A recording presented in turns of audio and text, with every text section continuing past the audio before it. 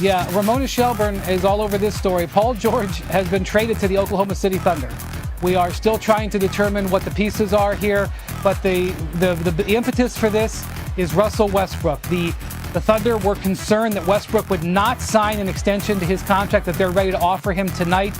Now they have Paul George to be able to offer to. It seems like they're going to be willing to roll the dice here and accept the chance of Paul George leaving after a year. But if that gets them,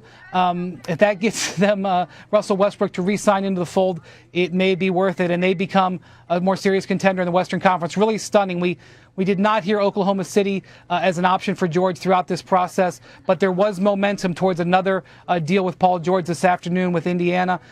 They have a lot of young pieces in Oklahoma City. We'll see which ones were contained in the deal. That's going to be key to evaluate it. Yeah, Ramona just tweeted that she's hearing it's Oladipo and Sabonis, but here it is, a one-year rental with Paul George, considered, I don't know, top 12, depending on who you ask, player. But what do you think? You mentioned Russell Westbrook, but what's the line of thinking? You know the Oklahoma City front office. What's the line of thinking that they can get him in and both into their system and make it work long term?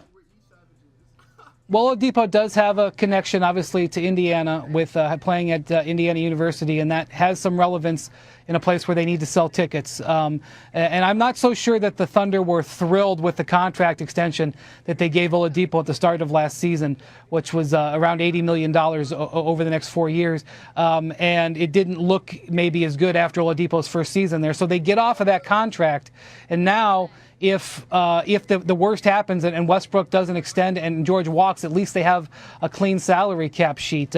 This is an incredible use of assets by Sam Presti. We'll see if there's any draft picks in the deal.